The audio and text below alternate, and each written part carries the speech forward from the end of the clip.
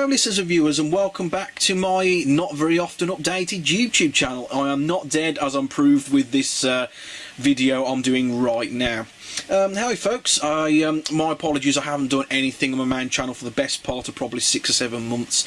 Several reasons for that mainly.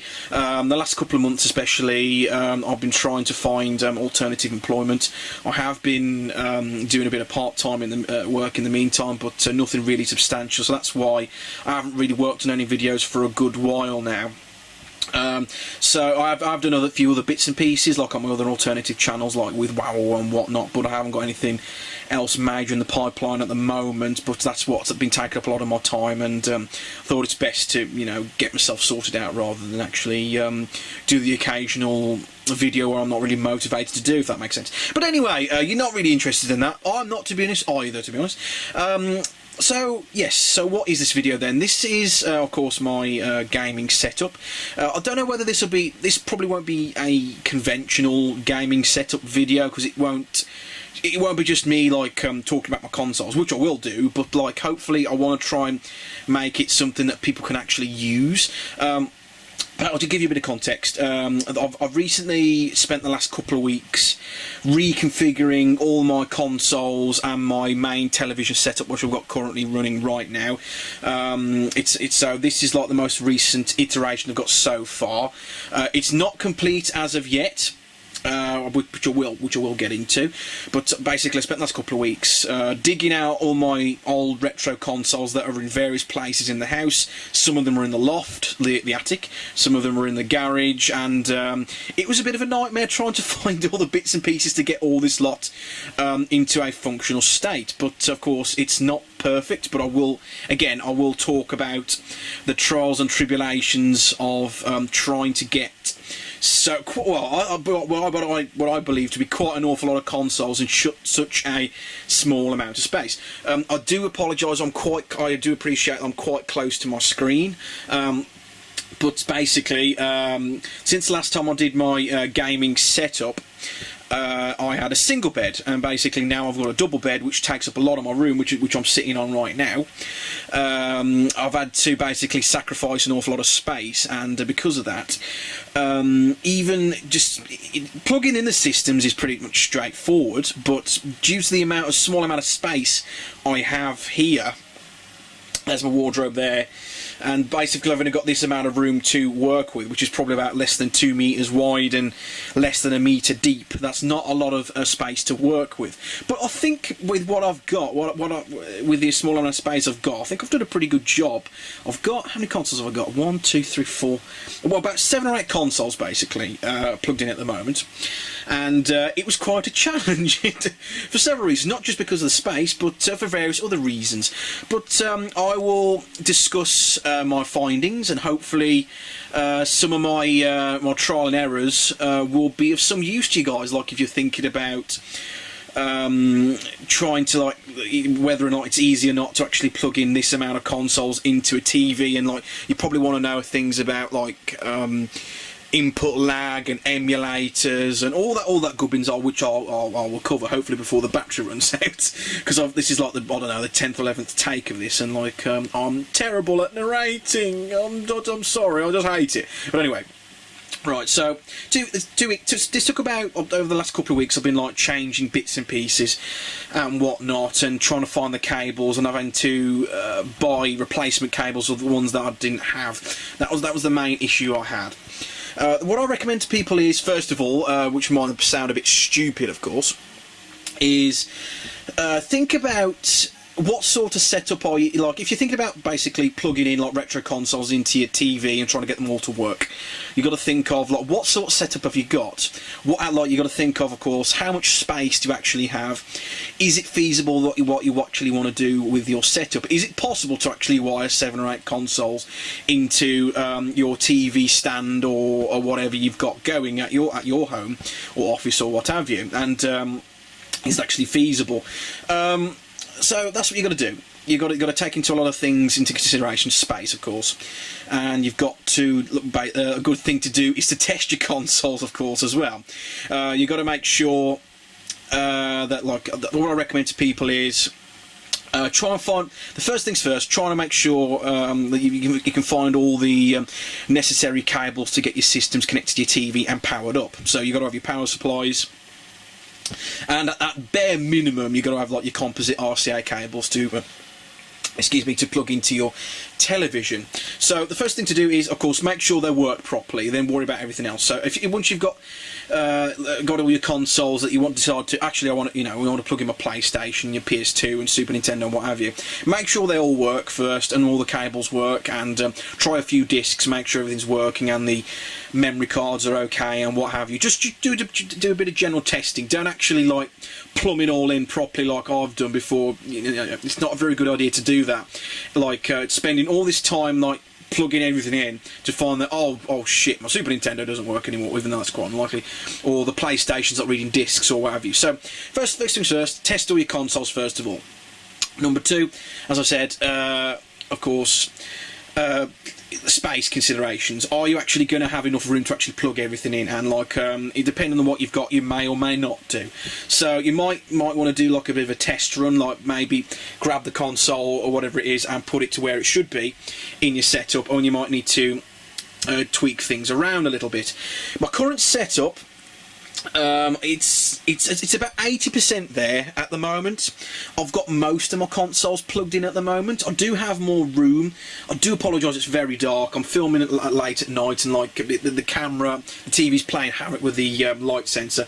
You probably won't have, depending on what you've got plumbed in, you may or might not have room for additional consoles.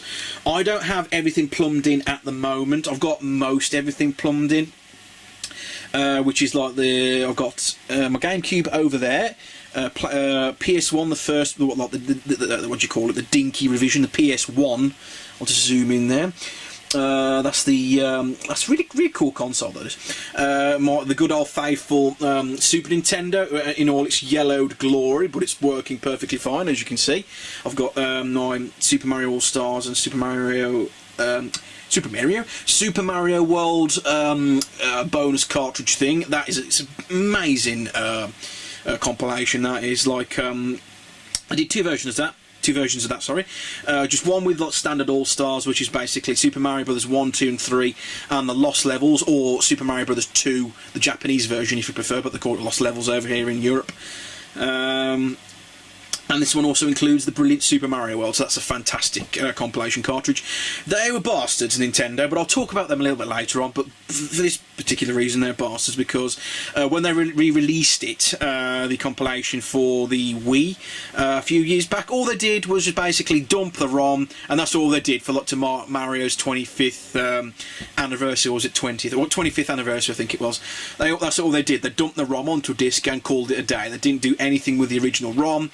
They just dumped it, put it on a disc, charged 40 quid for it, jobs are good, and then they pissed off basically. They didn't do anything with the ROM, they didn't fix any bugs or anything. It was a bit of a joke, really.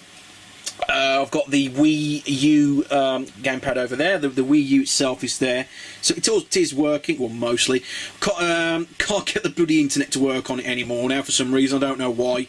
It's not picking up the Wi-Fi properly anymore. I don't know why, but I don't really care anymore. I don't use it for online anyway.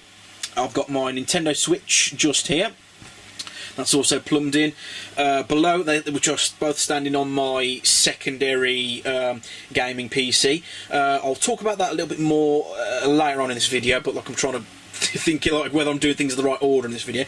That's my secondary gaming PC for playing with PC games on my big TV. Instead, if I don't want to like use my main PC, which is there, which I use. That's my main gaming and editing PC. But this is my secondary PC. Of course, I've got my DVD and video recorder there. I don't know whether you could probably see that. Probably not very well. I do apologise. My Xbox 360 is sitting on my silver PS2. I've just plumbed that in, and I've got my PlayStation 4 at the bottom with the, you can probably barely see it with the red light just there, with the first PlayStation 3 Slim revision. They also did a second version with a slide across tray for the discs. I didn't think that was I don't know, that model seemed a bit cheaply made to me, so I stuck with the first revision of the Slim. So those are my so all the PlayStations. all plumbed in. I've got the Super Nintendo, GameCube and PS1.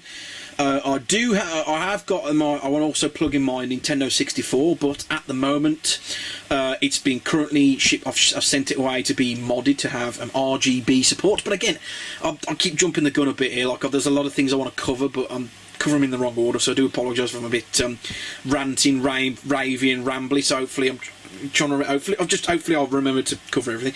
I'm currently away having it modded for RGB support, but I will talk about that a little bit later on. Right.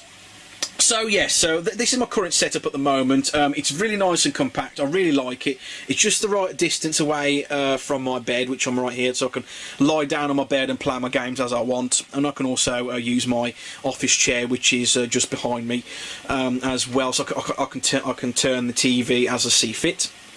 So, okay, so if you want to get into get into your retro consoles and stuff, of course you've got to take into account space, as I just said, and you've also got to take into account, like, do your consoles work? Those are the two main things that you've got to do. So once you've done that, probably the next thing you want to do is decide what sort of, I guess, setup do you want to have.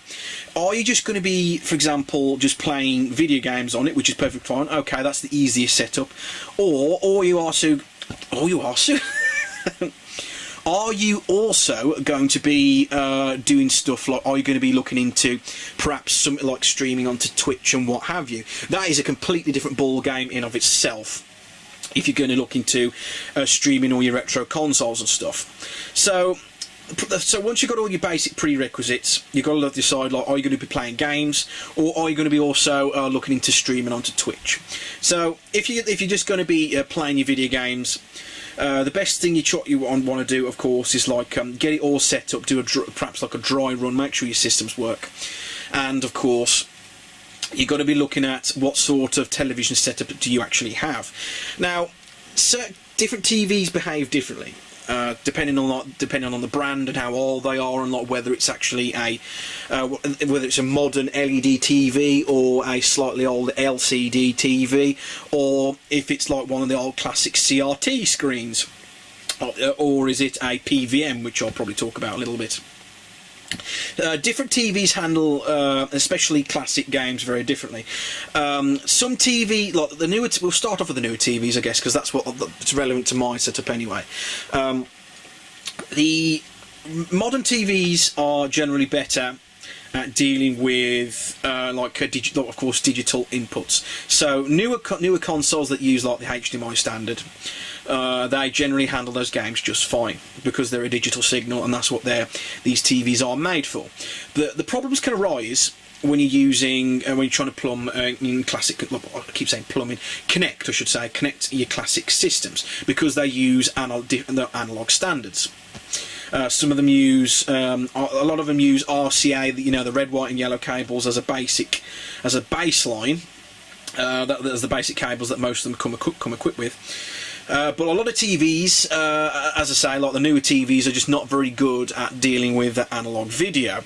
Hence why in recent years, like enthusiast companies have made things like upscalers and things like the Frame Rate Meister, which are basically designed to upscale analog images and try to help or remove as much input lag as they possibly can. Now, some TVs, depending on what sort of TV you got, plugging in retro consoles into like a modern TV it doesn't work very well. The main problem being, as I've said, is input lag. Now, input lag is basically when you press a button and something, it might take longer than it should for an action to appear on screen, and that's depending on like how good your TV is at dealing with analog signals, or the quality of your scaler in your new TV. Some games will probably be okay, but some other games might be just damn right unplayable. So that's probably like the next thing you got to look into. Oh, I do apologise. Like it's got a bit of an orange tint because the lighting's a bit of a mess in here. But with input lag, the best thing to probably do is, like, depending on what sort of TV you're going to be using in your setup, you might want to test your systems for input lag, and depending on what cables you use. So, for example, I did a few test runs with my Super Nintendo. Using the standard RCA cables, you know, the red, white and yellow cables. I plugged those in, and I had quite a few problems. Well, it wasn't majorly so, but there definitely was like a bit of delay when I pressed like a button, like a Mario. It took like about half a second later for him to jump, and which was playable, but like it definitely was far from ideal. Now, of course, depending on the TV, some TVs are really good at dealing with input lag, others aren't. So you might want to do a few test runs on basic settings first. Now, the good thing with Samsung's is, in my opinion, this is a 40-inch Samsung TV. I can't remember the model off the top of my head, but this is a 40-inch Samsung from probably about maybe 2014 or 15, and this TV, in my opinion, is fantastic at dealing with pretty much anything you can throw at it, providing you know what setting to use. Now, thanks to like brilliant channels like My Life in Gaming and Glenn Plant, he specialises in N64 stuff and a few others I can't remember off the top of my head.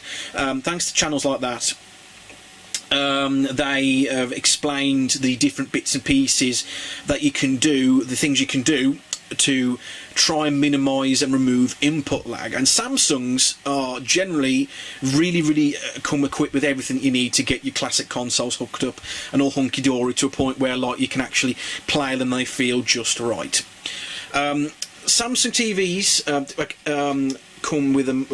I'll just demonstrate it right here if I can find it in the settings.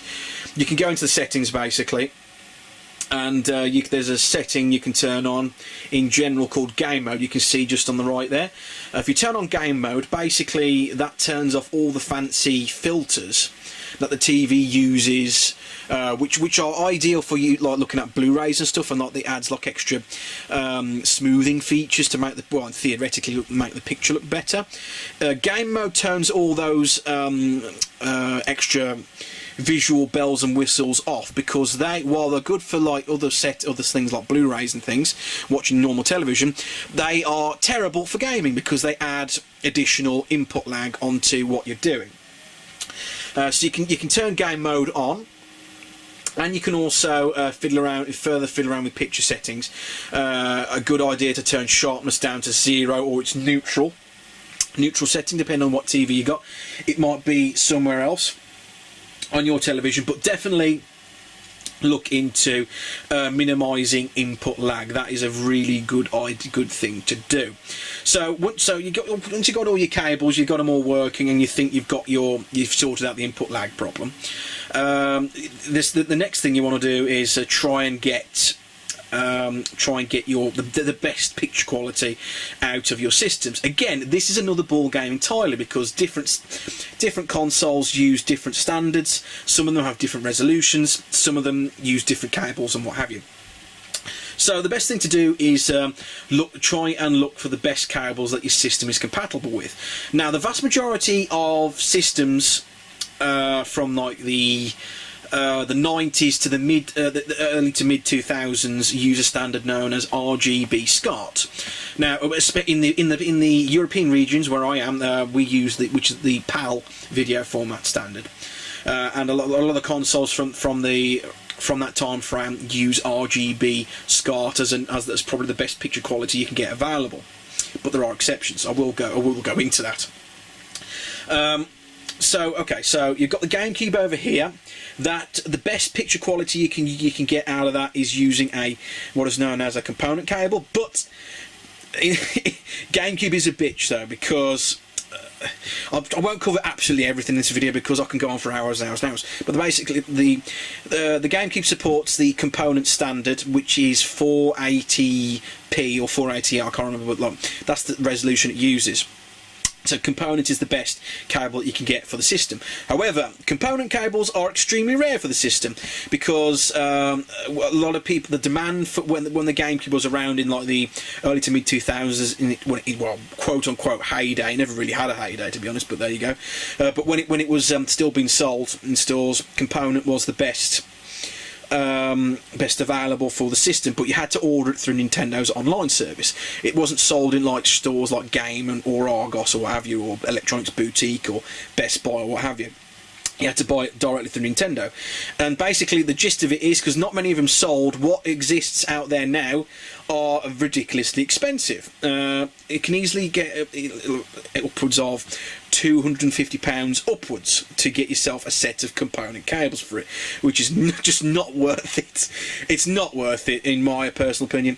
So the next best thing for probably most people, myself included, is to track yourself down an official RGB SCART cable. That is the second best option you can get.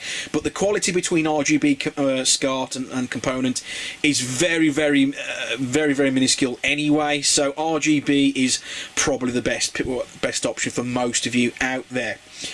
So while they are they're fairly pricey, they're nowhere near as pricey as component cables. So RGB is probably the best option for that one. I recently bought the RGB cable for the GameCube about a week ago. I got it for about £33, which is not too bad actually. They usually go for around 15, 60. So I got it fairly. Well, comparatively cheaper than what they usually go for, but RGB is definitely the way to go with the GameCube. Probably the best option for most people, and of course you can see the Game Boy player there underneath there, so I can use it to play Game Boy games, but I will look into at some point. PlayStation, same again. The best, well, at least with the PS1 revision, which is this little dinky cute little console, isn't it? Actually, it's just basically a miniaturized official PlayStation. It's not emulation; it's actual hardware. It's lovely, lovely little system. I got this. I'm trying to remember now. I got this fairly well, of course. I got this fairly late into the PlayStation. When the PlayStation was still being sold. I was in the 90s. I was a Super Nintendo guy and a Nintendo 64 guy. So I sort of skirted over the PlayStation for much of its life. I got this just before, not long before the PS2 was released, which is like 2001, I think it was. So this system is about 17 years old. I can't believe I've had it that long. It's crazy. But yeah, it's a lovely little system. It's a completely fully fledged PlayStation. Uses all the standard cables. The only difference is basically it's I think that, of course, the hardware is smaller, and it doesn't have what the first batch of the original PlayStations anyway had the red, white, and yellow RCA jacks at the back, so you have to use the multi-out port at the back of it. But basically, the best you can get out of this system again is RGB SCART. So again, RGB SCART. They're fairly cheap for this system. I wasn't able to. I couldn't. Well, at least in my travel, looking through eBay anyway, I could not find an official RGB cable. I don't know whether that Sony actually released one. I really don't know, because I really couldn't find one anywhere, even typing in genuine cable and what have you. So I'm just using a standard third-party cable for this, and it works a treat. To be honest, I think I got it for about £10. It's fairly cheap to get RGB out of the PlayStation 1. It uses 240p resolution, but RGB SCART nice and crisp, so that's the best cable you can get for that. Yes, Super Nintendo, yes, same applies. RGB SCART is the best you can get out of the Super Nintendo. Again, I could not find any official SCART cables. Again, I don't know whether if Nintendo manufactured any in the Super Nintendo lifespan. It is compatible with the GameCube RGB SCART cable though, so you can use that if you've got one. But really weird issue I had with this, but which I'll cover more issues. Again, I keep jumping the gun. Plumbing in this mini consoles, you come across all sorts of menagerie of issues trying to get all this plumbed in and fully functional. And this is just me just wanted to play the games. Completely different ball game if you want to do some streaming as well. More things you have to consider, but anyway, the weird thing is when I try to use GameCube SCART cables in this, depending on, I think it was something, it must be something to do with like my SCART splitter I've got at the back, where I can plug into 3 SCART consoles into one SCART port at the back of the television. The picture kept stretching and shrinking. I don't know what the issue was. So even when I pushed on the remote to like stay on 4:3, it just kept keep flicking back and forth between 16:9 and 4:3. So I don't know what the issue is. So I ended up having to buy a third-party RGB SCART cable for it, and it works perfectly fine. Albeit it's not perfect, but it looks fantastic. Well, the camera's probably but effing up all the picture. But for many years, because I used to use really basic cables for most of my childhood years. I've used the best you usually got out of my consoles was like RCA composite, which is the most basic. Well, it's not the most basic, but like it is basic by today's standards. And even in worse scenarios, RF, which is basically old coaxial aerial cable, which is the absolute worst picture you can get out your console. So don't use RF, for the love of God. Even if you're on a CRT, composite is way better than bloody RF, but composite is really basic these days. But I used to use RF and composite all the time. So it's only very recently that I've actually started to equip myself with like better cables and what have you. And I found you might find, like if you plug in composite with a system, you might find the input lag is fine, but then you like upgrade to like something like RGB with a lot crisper signal. You might find that the input lag is even better, like even further minimised, which was definitely the case, I'm pleased to say, with my setup. So when I used SCART, it felt more responsive and felt tighter, because I think that the signal connection was actually a lot better. So it's definitely something to consider. Better cables might just be the thing to do, but of course optimise your TV as best as you can before you start looking at better cables. Make sure everything works, use the basic cables, and then if you will actually want to commit to like actually plugging in all your consoles, then start equipping yourself with RGB SCART and what have you, for at least 3 consoles anyway. Nintendo 64, of course, as I've said, I don't have that system plugged in at the moment because I've sent it away to be modded. Weird thing with Nintendo 64, for whatever reason, in the PAL regions, Nintendo decided to disable RGB SCART functionality in the system, which makes no sense to me, because of course they brought it back with the GameCube, with the generation after that. But in the PAL regions, I guess it was perhaps like a cost-cutting exercise. And a few models released in France, they have RGB SCART, but like pretty much the PAL region doesn't have RGB SCART functionality out of the system. So to re-enable that functionality, which is in the system, but you've got to have I think you've got to basically plug in a amplifier of some sorts to get the signal out of it. They basically like amplify the signal so you get RGB support back, and to use RGB SCART, which is what you want, because especially with Nintendo 64's really crummy filtering effects it adds to the whole setup, it's not ideal.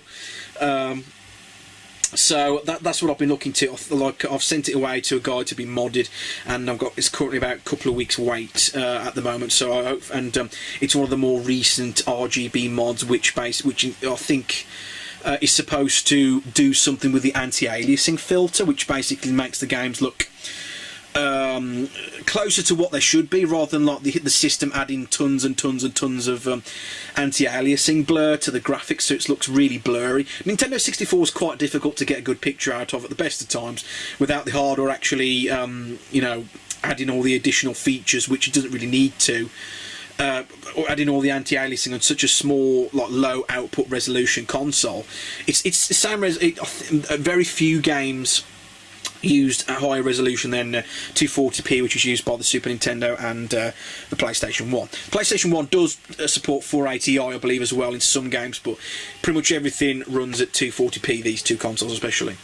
But the N64, pretty much like most of the library runs at 240p, like these two consoles, with only a small selection using high resolutions like 480i, such as the only thing I can think game that ran at that resolution was probably Perfect Dark and other titles that used the expansion pack, the RAM pack that you put in that red cartridge to give it, well, basically another 4 megabytes of RAM. I know, crazy. 4 megabytes, nothing these days, but for the N64 that was quite a huge bump in RAM, and the Perfect Dark needed it, otherwise like most of the features you just couldn't use the game. It needed the expansion pack for it to work properly, because they put so much stuff into the bloody cartridge. But anyway, I'll keep the theme going with composite and RCA consoles. PS2, quite a versatile console actually. I'm really fond of the PS2. I didn't really I didn't really appreciate it, to be. I have to say, when I'll keep the camera up here actually, because you can actually see more of it. Try and zoom in here, but it's just too dark. I do apologise, but at the time I didn't really appreciate what the PS2 could do. I was more of a GameCube guy. Like, even though I do have a PS2, not long after the GameCube, I tend to buy all my games on the GameCube, and even if like a game was available on the PS2, I just didn't buy it, basically, if it wasn't on the GameCube most of the time. I just didn't really appreciate it. But like in recent years, I've come to appreciate it for the sheer library of games available to it, and it's just generally really well built as well. It's a really nice, probably one of my it's grown on me in recent years. The PS2 has. I got it basically at the same time as. This is the silver version, actually. This is a limited edition PS2, silver PS2. There was an even cooler colour one there. There was the aqua colour, which looked amazing. But like, it wasn't available when I was in the market for a PS2. When I was bought this for one of the Christmases, probably about 2004 or 5, maybe. I might be remembering that wrong. But like, I basically had it to play Vice City. Played it around my mate's house. It was the best thing in the whole wide world, and I just had to have a PS2. But I never really used it all that much after that when I completed Vice City. But in recent years I've come to appreciate it, and hence why it's now got a place in my latest setup. And I'm currently looking into buying a few more titles for it. Currently playing Kingdom Hearts 2, Kingdom Hearts 1 at the moment. I'm playing through, and the good thing about this PS2 is it's not modded, however, but it is equipped with a free McBoot memory card, which basically means I can play import titles on that system without no stupid disc swap tricks that people used to do to play imports. That little memory card basically allows me to play backups and imports of games, both legitimate and burned ROMs, of course. But of course, depending on how you feel about burned ROMs, some people are completely against it. I'm sort of in between. As I say, like, if you are in the market for, like, if you just want to save money, then of course, like, there's of course, like, computers are far more, plenty powerful enough to run emulators and stuff to play PS2 games and stuff. Like, fair enough, okay, that you can go that route if you like, but I've got the free McBoot personally because the main reason is I want to play imports. Now, import titles in like the GameCube and PS2 era were superior from the NTSC regions, which has been the American and Japanese releases of games, because we had, for the longest time, we used on the PAL system a lot of the games, because of the way TVs were behaved, and we operated on the 50 Hertz signal spectrum. I don't know what it's called, signal spectrum, but anyway. Most of our games ran at 50 Hertz, which basically means, for people who don't know, the games ran about 20% slower than the American counterparts. While the PAL versions of games generally had a higher resolution, they ran at a slower speed. So, as I tested, I purchased a PAL copy of Kingdom Hearts 1 for the PS2, plugged it in, works fine, lovely jubbly. So I thought, just to test it, this new free McBoot memory card, I plugged it in, burnt a ROM of the American version of Kingdom Hearts 1, just for comparison's sake, and lo and behold, it did run at a lower resolution, but it ran faster. And to me, I prefer the increased speed of gameplay over the increased resolution. While the PAL version does look a bit crisper in pretty much all titles, that era games, everything like ran slow. I prefer the increased gameplay speed. This is definitely noticeable in titles like Sonic the Hedgehog on the Mega Drive and what have you. But that issue is pretty much non-existent these days anyway. But it was quite a big issue in.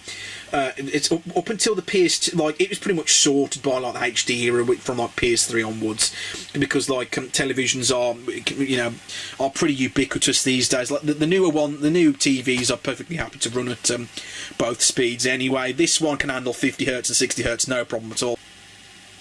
Well, apologies, a bit of a jump cut there. Like, I was running out of battery, as I knew I was going to, so I've had to like just very quickly plug in the camera while I'm recording. Yes, I know I like doing really big videos, I do apologise, but I can't help it, I'm set in my ways. But anyway, so I was talking about the PS2, that's plugged in via a component using a third-party cable and what have you. So yeah, third-party using imports and titles, import discs and what have you. That's pretty nifty.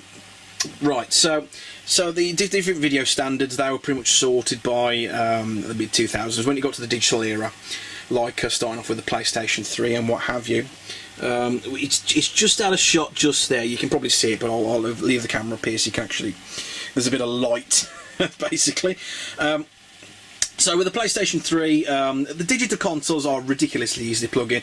So you can use basic RCA cables if you want to, for people who are still using CRTs, but no, they all come pre equipped with HDMI as standard. PlayStation 3, I don't really have a great deal of titles for it. I mainly I kept mine for Last of Us, but I will be looking at other titles that haven't been ported over to the PS4 in terms of like HD remakes and what have you. But that's what I don't really like about a lot of the modern consoles these days. I'm not keen on them, to be honest. PlayStation 3 and PlayStation 4, I'm not that keen on them, to be honest, compared to like the PS1 and PS2, for various reasons. Sony sort of changed. Well, I'll talk about Sony for a bit briefly before talking about Microsoft. They sort of changed tack after the PS2. The PS2 was, I think, like, of course, it was a revelation in the gaming industry. The PS2 was. It was just the right sweet spot, in my opinion. While it was expensive, especially when it first came out, it had a lot of value for consumers, because it was basically one of the very first times that people actually had a DVD player. Remember DVDs? Yeah, they still make them, they still use them, but DVD, yeah, it was one of the first times that people, because like Sony basically sold it as like a all-in-one device at the time. They sold it as a DVD.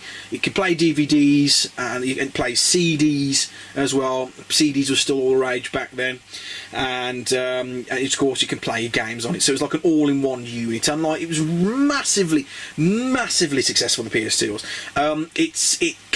They carried on making it until very recently, I think. Actually, when was it? When did they stop making PS2s?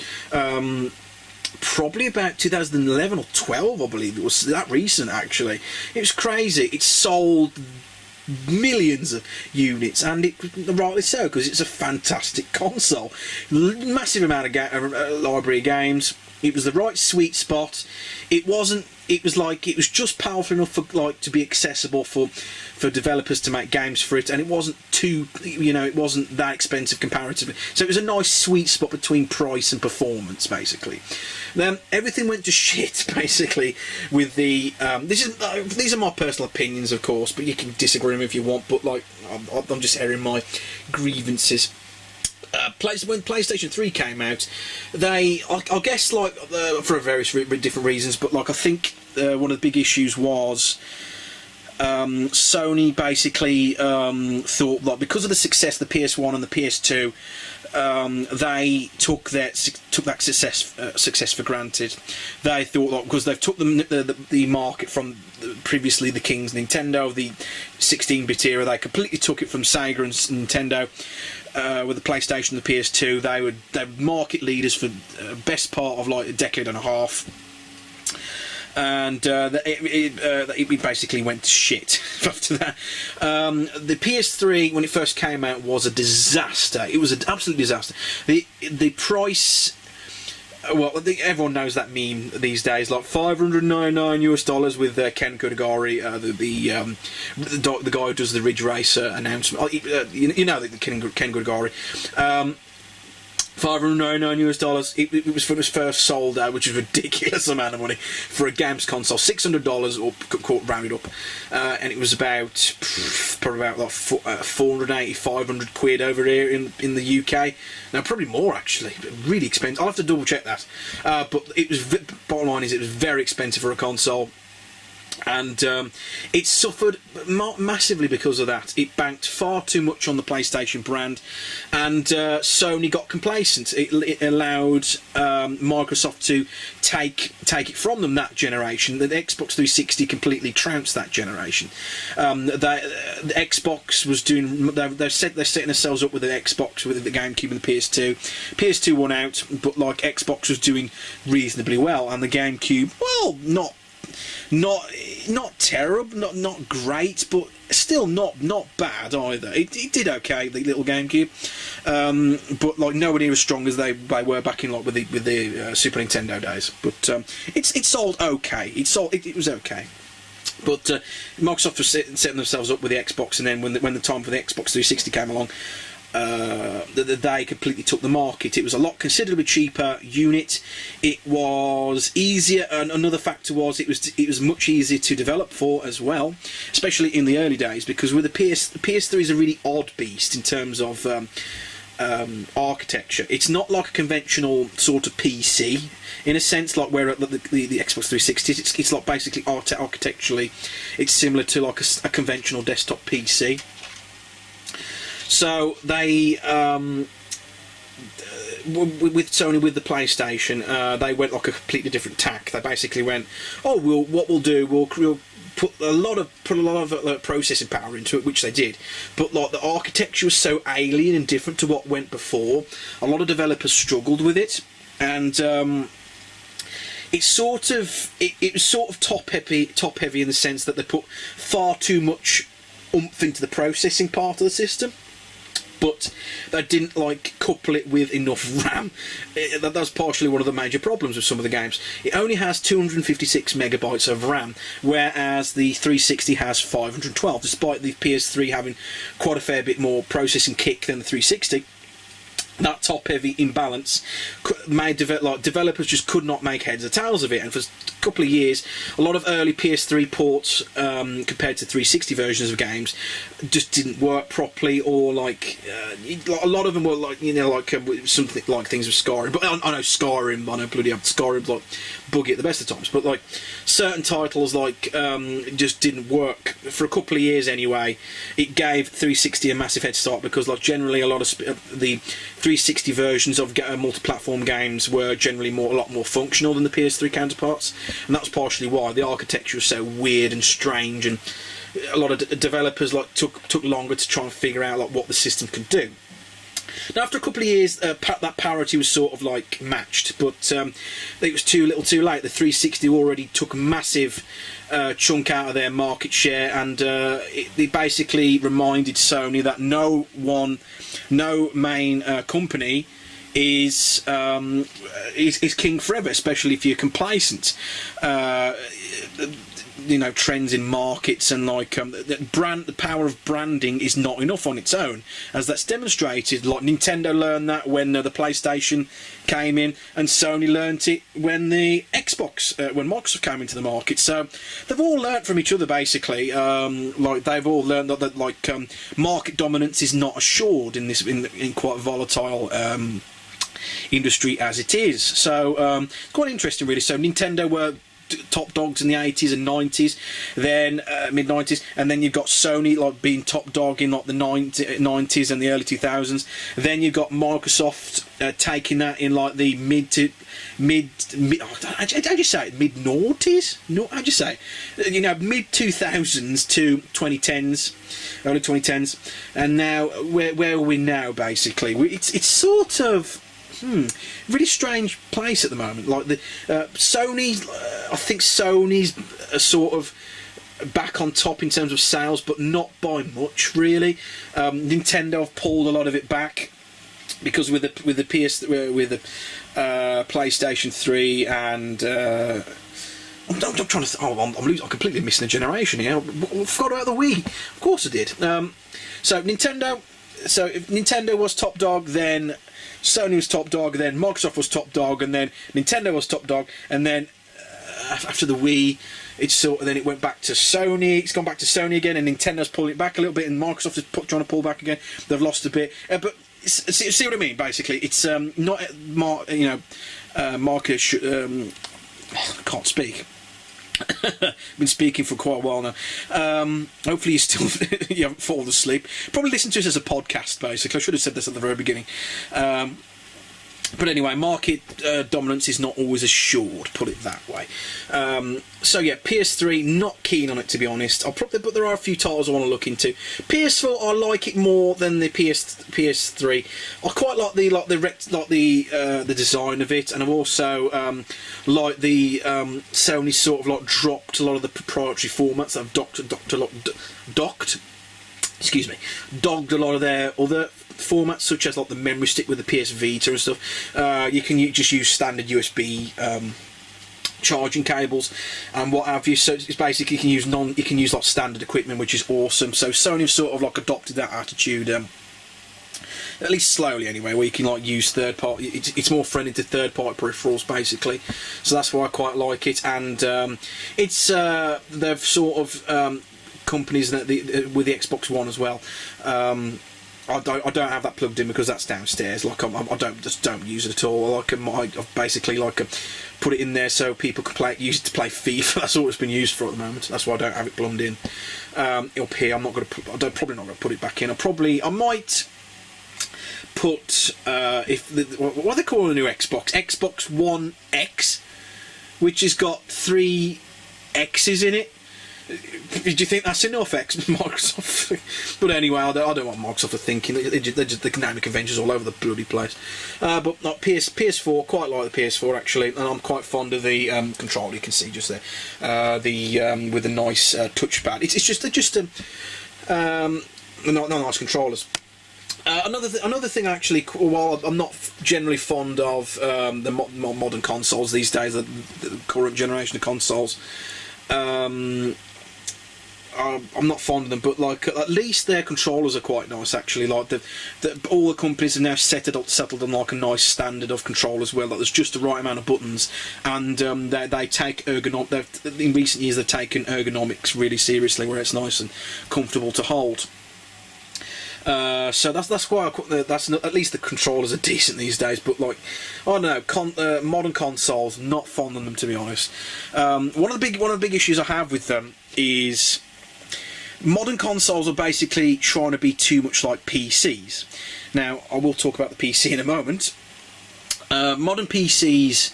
Basically, because they're heavily customisable, you can configure them how you want. You can put as much RAM or as little RAM as you need or want. You can customise your parts you can customise your PC to how you see fit.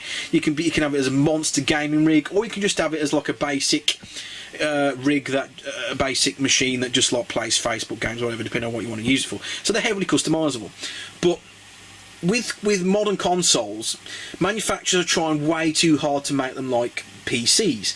Now, you think, oh, that's cool. It's cool in one way because having them architecturally similar to PCs means that like games are a lot easier to develop on the systems. Okay, that is one plus point, but the downside is the systems are just not equipped to compete with PCs, especially with downloads. Like one of the big issues I have is like with huge downloads these days. It's common for games these days to be in excess of 50 gigabytes plus. Now you can fit them on like a Blu-ray. You can just about fit them on like a double layer Blu-ray. But a lot of the time that doesn't matter. Even if like you've got the disc already. In the old days we could just like, I don't know, just put the disc in and boom. And press the button, and there you go. You play the game. Off you go. It loads in like 30 seconds or whatever, depending on what it is. But the new systems are so bloated and slow when it comes to this sort of thing. Like they've forgotten their consoles in a way. One of the advantages that consoles have over PCs is basically designed to be plug and play. The Super Nintendo is a prime example of this. It's an old system, granted, but it's got a ton of great games. You can just go bang, turn it on, and the game loads like that, and off you go. Systems are not, consoles are not like that anymore. It can easily take like several minutes for a game to boot up properly, because like you often find like, oh, you've got to put the disc in, okay, whatever, play off the disc, wait for it to load, and then then it decides, oh, I've got to download a firmware update. Oh, for God's sake, you download the firmware update, it takes like 20-30 minutes. It doesn't really matter because okay, I'll plug it into the router. Okay, no problem. Still takes about 15 minutes or 20 minutes or longer. And then once you downloaded the firmware update, for the hardware, for the console itself, oh, I want to download a patch for the game. It's about 6 or 7 gigabytes big. Like, it's ridiculous. I hate consoles for that. Absolutely hate it. That's why this is like the second or third PlayStation I had, because the 3 anyway, because like I was sick and tired of like the thing, like when I weren't playing it for a while, I booted up and try and play like Last of Us or whatever. It would want to connect to the internet, download a firmware update, which would take like 10-15 minutes. So that's hardwired, by the way, with a hardwired internet connection. Then it will want to download a software patch for the game. It's like, oh, for God's sake! And then like by the time like half an hour's passed, and like I've just got pissed off with it and like turned the system off again. And that's what I really hate about consoles these days. They just don't have the means to, you know, compete with PCs. It's the same with PCs, but with PCs on the other hand, they are designed to deal with huge files, of course, because like, of course you've got huge, massive hard drives as standard. Like 2 terabytes are usually the norm these days, so big files are no problem. And of course, like the means of downloading the titles is a lot quicker. So of course they're huge files, but it doesn't matter, because like with PC on the Steam service, the games download considerably quicker. So the infrastructure is there. That's what I'm trying to say. Is available with the PC, which is just not with consoles. PlayStation is probably the PS4 is probably the worst offender out of all of them when it comes to slow downloads. Like, I'll plug in my PS4 directly into the router to download like like a 50 or 60 gigabyte game, full game, and it takes like about 2 hours. 2 hours, and this is on like we've got a fibre optic internet connection in our house. Now that same 70 gigabyte game on Steam will probably take about 10-15 minutes, considerably quicker. And once you've downloaded a lot with Steam, because like it downloads updates a lot quicker, it doesn't really matter. But with consoles, it's a huge problem. And consoles are designed to be plug and play.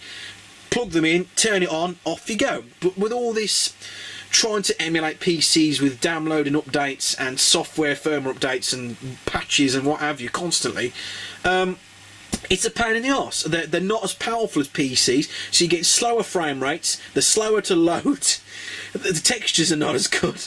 It's just, everything's not as good. It's thrown away the biggest asset that consoles used to have in favour of PCs. Consoles were their own thing. They were plug and play devices, off you go, and you enjoy them. PCs were predominantly stuck in the office. You couldn't really use them in the living room. You can use them in your living room, of course. You can plug them up to a modern television display, of course you can. But they're still not. They're still not, you know, commonly used in that fashion. But like PCs, because they're a lot more powerful, they're ridiculously powerful these days. They can emulate the consoles, all these consoles, with a whole range of control options and what have you. And the downloads are a lot quicker. So, you know, that's why I don't like modern consoles that much, to be honest. I haven't really talked about the Wii U. Yes, I completely forgot about the Wii U, my ranting. Wii U, quite fond of the Wii U actually, even though it doesn't solve very well. It was mainly predominantly my Super Smash Brothers machine, but I haven't used it in a while. But I've still got it set up because there's a lot of games Nintendo probably won't re-release for the Switch, of course, which is right in front of it. But like, it's just a shame. The Wii U, the third-party support completely fell off a cliff with that system. Which is a shame, but I'll keep it up because there's, like, as I've said, games that probably won't be ported to the Switch, and it doubles up as a Wii machine as well, so I can still play my Wii discs at least. So it's a two-in-one sort of system. So that I can that's why it's still set. I've got it set up there, and it's out of the way. The Nintendo Switch, really quite like it actually. Really unique, at least with Nintendo's system. They're not trying to be. It's not trying to be a crappy PC like the other systems are, in a sense. I quite like it. It's quite a nifty little system, but it does have its problems. Battery life is not brilliant, I have to say. Like in portable mode, you can easily flatten that in about an hour and a half, 2 hours tops. In playing like a high intensity of game like Mario Kart, you can easily flatten that. I don't. 2 hours is just not good enough. It should be like more like about 3.5 or 4, really. As most laptops are. I wouldn't have minded Nintendo charging a bit more for them to put like perhaps like a higher capacity battery. I bet you that's what they're planning. I bet you they'll sell you a higher capacity battery down the line for like, I don't know, like 70 or 80 quid. I bet you that's coming. They did do it with the Wii U, but it wasn't really advertised all that much. But they did do it. I bet they'll do it with the Switch as well. I've only got 2 games for it at the moment. Needs more games, Nintendo. I know we've got Splatoon 2 coming up very, very shortly in the next couple of weeks, but it needs more games. Come on, lads, please. Don't make it another Wii U where there's no bloody support for the damn thing. After like 2 years, it just dies. Please don't throw this concept away, because it's a really lovely concept, otherwise, a really lovely little console. It's having full-size Nintendo games on the go. Fantastic idea. Mario Kart, brilliant. Absolutely fantastic. I know it's a port. Granted, it's a port, and I can understand people. Yeah, it is a port. Granted, it was on the Wii U, but still, it's a perfect fit for it. And you can take it anywhere. And 8 players in a single room. If you can get that many people and 8 switches in a room, good luck. Fantastic. It's just, please don't throw that concept away by like having like stupidly little third-party support, and support it yourself. Like get into talks with the developers. Get people signed up to the system. I'm cautiously optimistic with it, but it needs more games. It needs more games. It was released in March. It's now July, 4 months, and I've only got 2 games for the system. I'm a little bit worried. Splatoon's coming out very shortly. Metro Prime 4's not out for ages yet. There is supposed to be a fully fledged Pokemon game coming out for it, but I don't know. I reckon it'll be like a stupid spin-off in my view. But anyway, that's another topic for another time, eh? How's it like to control? To have it in your hand, it's quite comfortable, but like, I will say it's a little bit unbalanced. Like, because of like with the right analog stick there, it's not as easy to hold as it is like the Wii U pad, where like everything's nice and balanced, and the weight distribution is nice and balanced. The weight distribution means, because of the way the stick is, it's sort of, you're having to like hold it at like a weird angle on the right hand side. Not uncomfortable by any means, but it means like the weight is shifted more onto your right hand than it should be, in my view, because of the way that the analog stick on the right detachable Joy-Con is in the middle as opposed to at the top, where I think where it should have been, in my personal opinion. I don't know why they went that weird route with it, but it would have been a lot better if they went with the Wii U gamepad format, because that was a nice balanced weight controller. But there you go, a nice little system, but I'm a bit worried about the support of the thing at the moment. And finally, we'll talk about the PC, and this is probably the best thing to cover last, of course, because I'll put the camera over it because of the light, of course. With PC, I built basically originally, when I had this setup done, I built this secondary PC as a means to, of course, I'll talk about emulators now. So this is quite a fairly powerful PC. This is my secondary PC. It's running an i7 processor at 3.4 GHz, 16 gigs of RAM, DDR3. It's using a Haswell Intel processor, so it's like not the newest generation, but it was the one before. And it's got a GTX 960 graphics card with 4 gigs of video RAM, more than enough to run all the emulators in the world on it. So that's why I actually built it, and a 2 terabyte hard drive. So I use my main PC for my main video editing, and like that's my main PC, which is on just there. I built a second one basically because I had with the money I had for Christmas and what have you. I thought I'd build myself a PC, a secondary PC, just for emulators. I could play all the ROMs and have you and what have you. And some people decide to do that, and there's different ways you can do it with emulators and things. But I wanted to be a full-size PC because, like, I like the ability to burn discs, and I know it's quite an old feature these days, but I'm quite old-fashioned that way. I wanted a full-size PC, and I wanted to it gives me a chance to a bit of practice to actually build another PC, because I only built like one PC at the time, which was that one over there. And while I was still, I built this while I was still doing work experience at a computer shop, and I learned quite a lot of stuff at Festival Computing. Thank you very much for helping me out with that. Really appreciate it. And I can build PCs from scratch, and like this is both these PCs are quite sentimental in my eyes. But anyway, I built it for emulators basically. But it became apparent that it just wasn't practical in many ways. I found that a lot of people this is where I segue into emulators. Now, emulators are brilliant in their own way. They basically allow you to play like classic games on like one system without having to basically, do this, which some people do. But I found, in my personal opinion, there are lots of caveats to use emulators. Of course, number one, of course, like is the piracy. Some people are bothered about like the piracy / grey area of using emulators, and I can perfectly understand that. Some people are just not comfortable with using downloading ROMs off the internet and just like playing them for free, basically, as some people do on emulators and what have you. I'm sort of in between. I don't mind using emulators in scenarios where like I already have the game and what have you. The basic purpose of it was to try and make the whole setup more convenient. But using the biggest caveat I had with using emulators is emulators can be a bit patchy in various different ways. Like, some emulators are better than others. Some systems are emulated perfectly well, like the Super Nintendo just there. The Super Nintendo emulation is pretty much spot on these days. In the games I've tested anyway, like SNES 9X and is it ZNES or ZBNES? I can't remember, but ZNES was another one. Those emulators are fantastic. I've tried them with a whole range of controllers and what have you, and they work perfectly fine as ones like the games I've tested.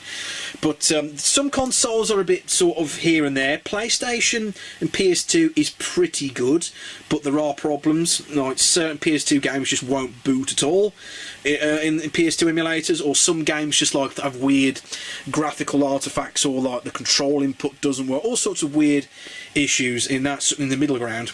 And you've also got, at the bottom end of the scale with emulators, some consoles just don't work properly at all, barely work at all. Like, probably, in my personal opinion, probably one of the worst consoles currently being emulated is the N64. It's like, the main games work fine, like with Project 64 is probably the most prominent one, and Mupen 64. The problem with N64 emulation is they're not really worked on as much as the other emulators, because like the system, for one thing, isn't as popular as the other systems were and are. And number two, the weird architecture of the N64 for its day has made emulation very, very difficult. And like people are still working on emulators for N64, but very, very hardly anything. There's barely a pulse in the N64 emulation community at this point. So it's probably gotten to a point where like the N64 emulators are going to be as good as they're ever going to get on PC and what have you. And like with N64, like a lot of games don't work properly. A lot of them have graphical errors. They just don't play properly, and the frame rate's all over the place, and all sorts of other issues. So that was the biggest caveat. That's why I decided to go back to using legitimate consoles. And another issue is controller options. You've got to, if you're looking to emulate a vast array of consoles, you're going to have to look at like different controller options for your systems. Now, you can try and get like a controller that'll like basically like a sort of all-in-one sort of thing that'll cover most of the bases. Like, for example, you can use like a PS4 or PS3 controller, or an Xbox 360. Those are the Xbox 360 controller. Those three options are probably the best controllers to use in emulation, because they tend to be, because of a lot of the features, like for example, like we've got the PS4 here, like a lot of the main face buttons and analog sticks can be easily mapped to the conventional systems. Like for the Super Nintendo, you can map all the buttons easily on that. You can map, of course, PlayStation works fine because it is a like PlayStation family controller, and the 360 pad as well is also like, basically all the buttons are in the right place, so you can easily remap the buttons from the original controllers to the one that you're going to use on the PC. But there are systems like the N64 and stuff like the GameCube stuff, which is like it's really awkward to use when you're using controllers like that. Now, you can use GameCube pads on the PC. using the you can probably see there with the Wavebird's tightly tucked in there. If you can find one of the Wii U game controller adapters, good luck finding one of the official ones these days. They were ridiculously hard to get when Smash Brothers was brand new. I was very want to look. I had one with the game Smash Brothers, and I had ordered a separate one, basically just for the purpose of using Dolphin emulation. GameCube emulation is fantastic. That's probably easily one of the better systems that is emulated. But again, it's not perfect, but it is pretty damn amazing. I will admit that GameCube emulation is very, very, very good. But some of my all-time favourite consoles, like the N64. N64 emulation is not great, so I've decided to I've got the system. I've got the systems. Why don't I plug everything in? I still use my PC anyway. Not just I'm not going to use it for emulation anymore, not so much, but I still use it to play my Steam games that can use a controller. Like if I just want to play a game on my TV, I don't actually want to sit on on my desk. I actually want to relax and lie down on my bed and play the game like. And just relax and chill. So I decided it's been repurposed as like a machine that's just I play like my Steam games on there. It's perfect. It plays everything I can throw at it because it was mainly designed for emulation. But the graphics card is more than capable to play like all the high-end games to the settings that I want. I don't very rarely play Ultra, but anyway. So the PC is still plugged in. It works perfectly fine. Windows 7, all lovely and all tickety-boo. So because it takes up quite a bit of room. It is a full-size case. Like people are going to say, like, why don't you use like a Raspberry Pi or something like that for emulation? Well, of course you can do that, but like because I wanted a full-size case because I was building a second PC anyway. I thought, why not? I've got my I can use that as another secondary PC if I need to, and that's a wireless keyboard I can use to type and browse the internet on the TV there. So I decided to get all my consoles all hooked up and all plumbed in and ready to go. And I'm really excited because like it's pretty much there, my setup now. The way I've got it, it plays I can play all my classic games. I've got access to all the original controllers. Or I can plug them in as I see fit, so I can just plug in a game I want, off it goes, and it's there. It looks lovely. I've got I've got at least most of them anyway, all plumbed in with really good quality cables. The system as I've got it at the moment is probably about 80% there. It's not completely full yet. It's not completely where I want it, but it's almost there. Like of course, there's lots of considerations. Of course, I've got everything. I've got everything where it's going to be supposed to be, like where the consoles are going to be, but like there's a few things I didn't really consider when plumbing it all in. Then hopefully this video will provide a means to give you some advice apart from the other things I've already talked about already. You got to think about how many plugs, like how are you going to wire all this lot in? It's not easy. I'm not going to tell you. So okay, so in the scenario, you've got your consoles ready, got all your power supplies, got all your cables ready to go. How the hell are you all going to get it all plumbed into your TV? It's not easy. It's not an easy thing to do.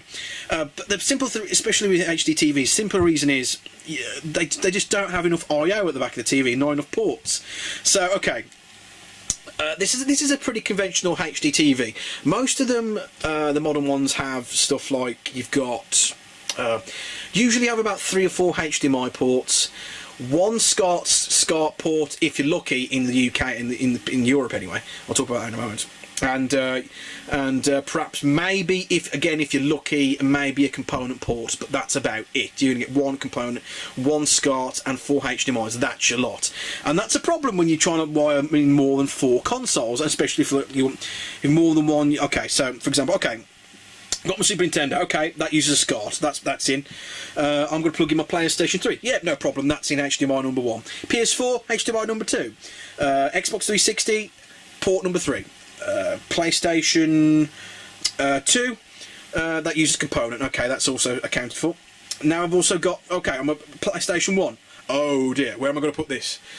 Uses SCART. I've only got one SCART. Oh, I'm going to have to get a SCART splitter. So if you could, most of you are going to be wanting to look into splitters, like HDMI splitters and SCART splitters.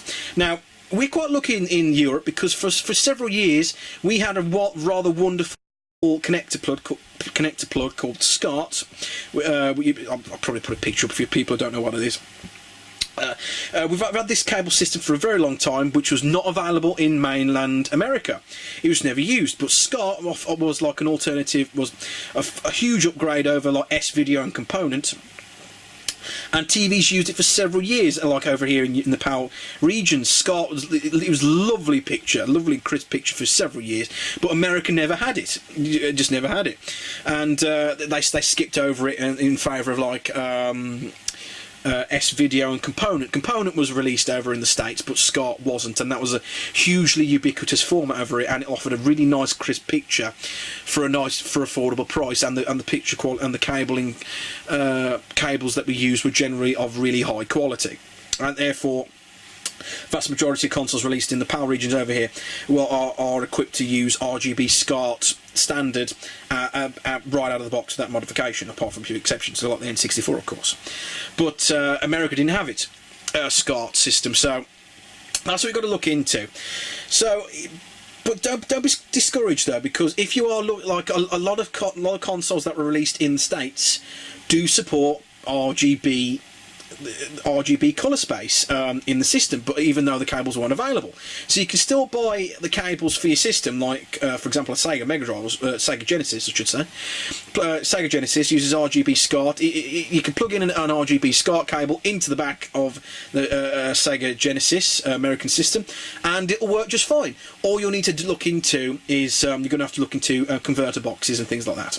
So you can get converter boxes where you can plug in a SCART system cable into something that you can use, like, for example, like Component, and then use Component. And there's all sorts of different workarounds, but over here we're quite lucky in Europe to have the SCART standard, and like that means we don't have to use as many converter boxes and stuff to, if you want to like use stuff better than RCA composite, which is what of course pretty much all of you want to use something better than RCA SCART if you can.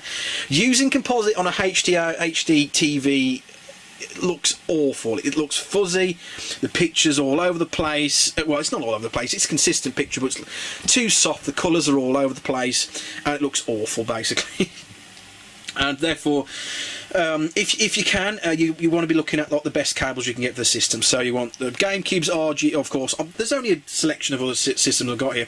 There's way other ones. There's loads more other ones that you can that you can plug in using RGB SCART and stuff like that. Like Dreamcast, I think the best you can use on that is VGA, which is a PC standard VGA cable. That you can plug in a VGA cable just fine into a TV like that, and it will work just right out of the box. It's a lovely picture. So you're gonna have to like bear in mind like how many ports you're gonna need. So I'm currently using a 3-way SCART box thing. It's not the best. Trouble is with using SCART splitters. That's another issue. The picture itself, it looks way better than it does on the camera. Believe me, but like, I can't remember. But like SCART is very weird. Like, it depends on what sort of SCART splitter or switcher that you're using. It's the more cables that you plug into the SCART switcher for convenience, sometimes you might find that the colour clarity of the second and third and fourth consoles and so on, the colour clarity, like it loses a bit of brightness. The contrast is not as sharp and what have you. So you might need to look at for people who want to use like SCART switchers, you might want to do a bit of experimentation. Because I'm using all 3 of my SCART ports at the back of my television at the moment. It's not enough. I'm going to need 4 or 5. So I have ordered another SCART switcher where I can manually select which SCART system to use at any one point. Where am I going to put it? I don't know yet. I'm going to have to rewire this and pull it all out. I can see it coming off from a mile away. But anyway. So SCART switches can be a bit hit and miss, so you might want to do a little bit of excuse me, a little bit of trial and error on that front, I suppose. So yeah, I've ordered myself like a 5-way SCART splitter, so I've got a bit of future-proof in there, so I can actually add more consoles in the future if I want to. But you can go crazy with this. This is pretty over the top, really, but like I'm happy with everything where it is. I can potentially probably add 1 or 2 consoles tops into the setup if I wanted to, which I may well do. At some point, I may look at a Sega Mega Drive, maybe, perhaps later in the future, and of course equip it with all the usual gubbins and what have you, which I'll talk about. So. That's why it took so long. You got so many considerations to, you know, get all this. How am I getting all these bastard things plugged into this like TV over here? Like, what cables are going to use? Are the cables the best they can be? Have I got enough? Have I got enough bloody power sockets at the back? That's another thing. You have loads and loads of sockets and plugs. I have tried to be conservative wherever I can. I've got like a power saver switches at the back to basically. The way it's wired up is it's not perfect. There are a few extra ones because I've run out of plugs, but I'm going to have to redo it anyway. But the theory is I've got it all set up in such a way so where when the TV is powered off, everything else is powered off. So like it cuts all the power, and it only provides power to like all the systems as and when I need, like when the television is on. There's no point, for example, for the PlayStation or Super Nintendo to be on if the television's not on, because you want a picture anyway. So that's the whole idea behind it. But it got to the point where like it was getting a bit too crazy, and I had to like get just like standard like conventional plug sockets, like extra ones wider, because there's that much stuff I didn't take into account. So I'm gonna have to redo it anyway, and like I'm trying to make it as tight as I possibly can. And I'm going to look into cable ties, because you can probably see behind there like the cabling. I can probably show you actually. The cabling situation behind here is. It's terrifying. You probably can't see it all that well, but like it's a mess of cables down there. It's crazy. So I will be changing all that. But like as I say, hopefully this video like is giving you some ideas like what to look out for. Have enough, like check all your systems, check all your cables, optimise your television, make sure you've got enough power sockets at the back. And make sure you've got enough space. Maybe leave some room for future-proofing, like some extra sockets.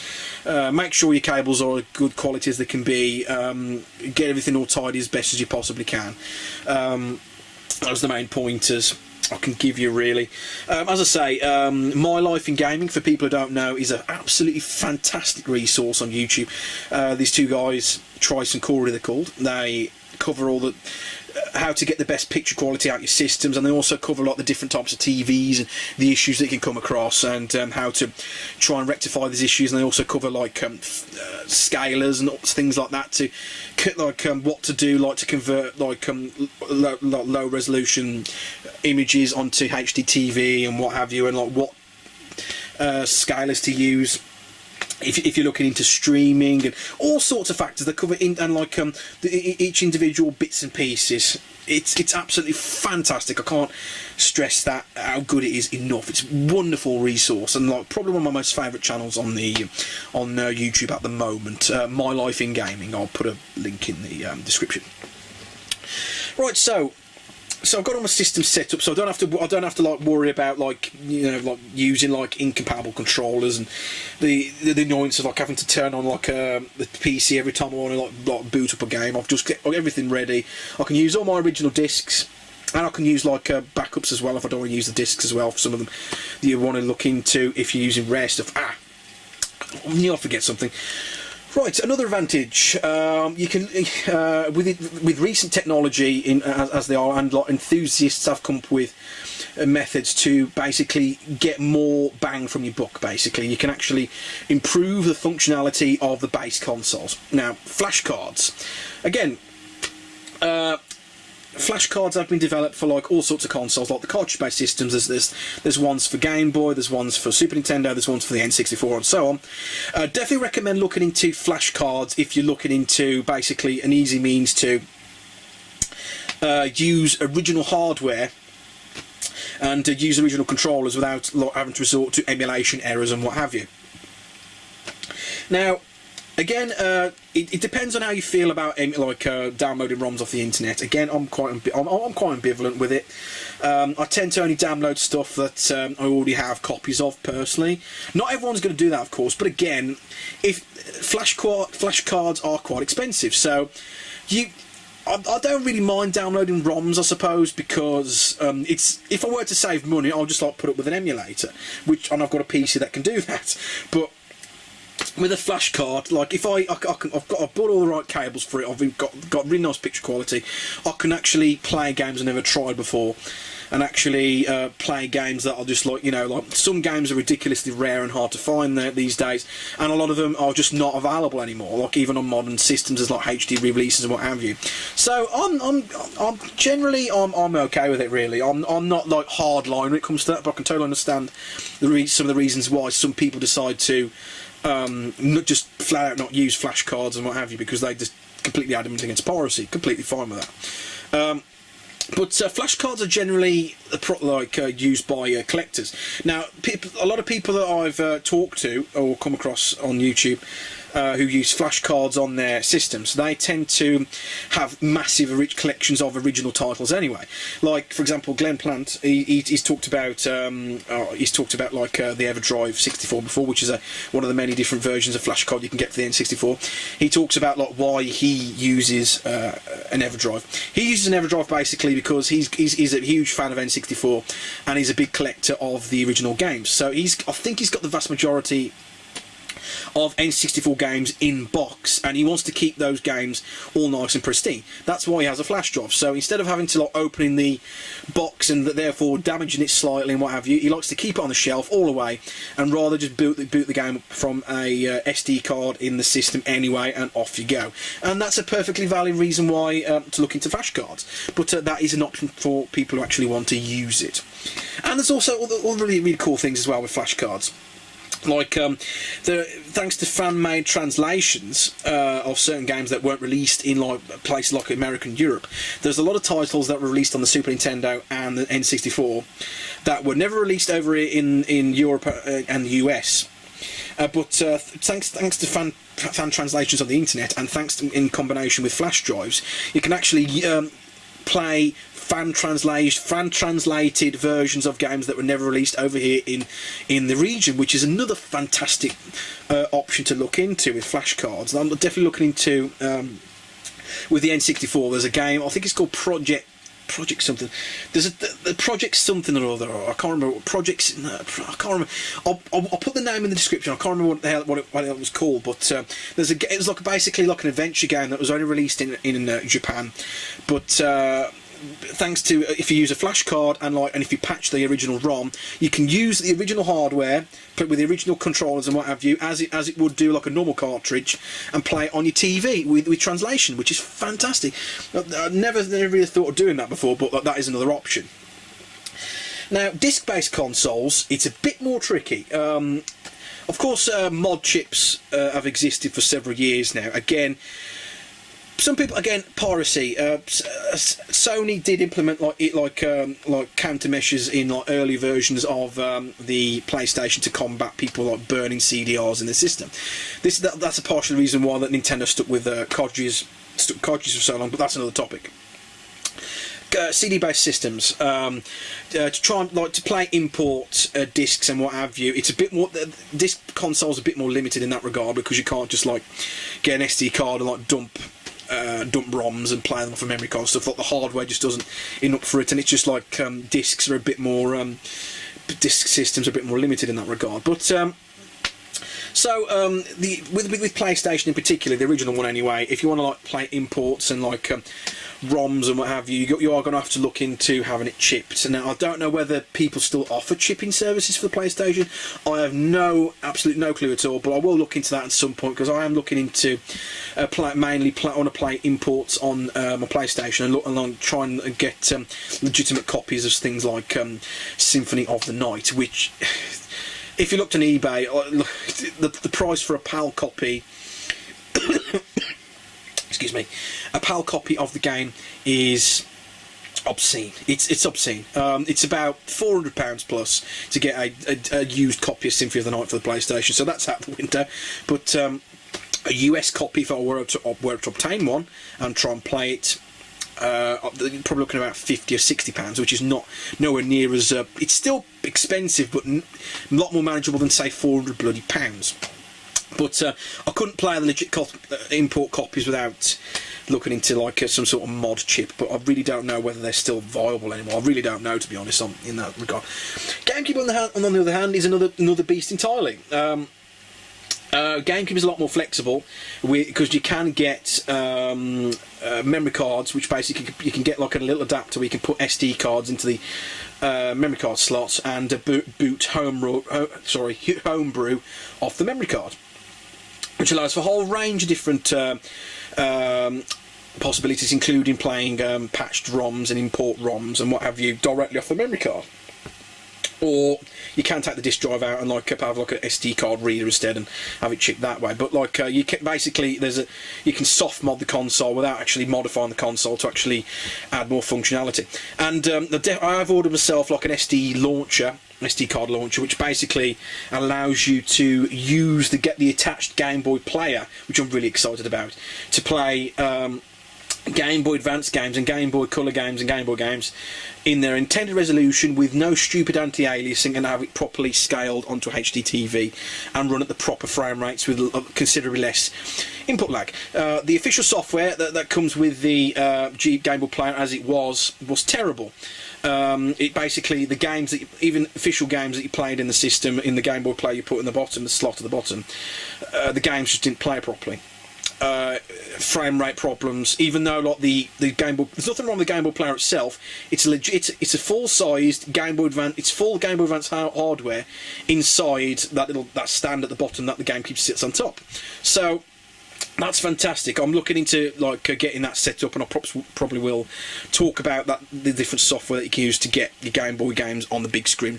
I really want to play Super Mario Land on big HD TV and see how well the scaling comes out. Hopefully pretty good from what I've seen the results. But I'm really excited. I really want to play some like really old classic games I haven't played in years I can use that as a 2-in-1 system. It's a GameCube and it's also a Game Boy as well, GBA system, which is wonderful. I'm really excited to actually try that out properly. Anyway, I've taken far too much of your time, lads.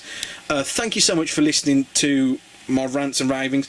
I will probably do an update video talking about my experiences, like any updates, like if I make any changes and any other weird anomalies and what have you. But I've already spoken for probably about an hour and a half, the other 2 parts included. So thank you so much for listening to me, my rants and ramblings. I'll see you guys next time. Bye, folks.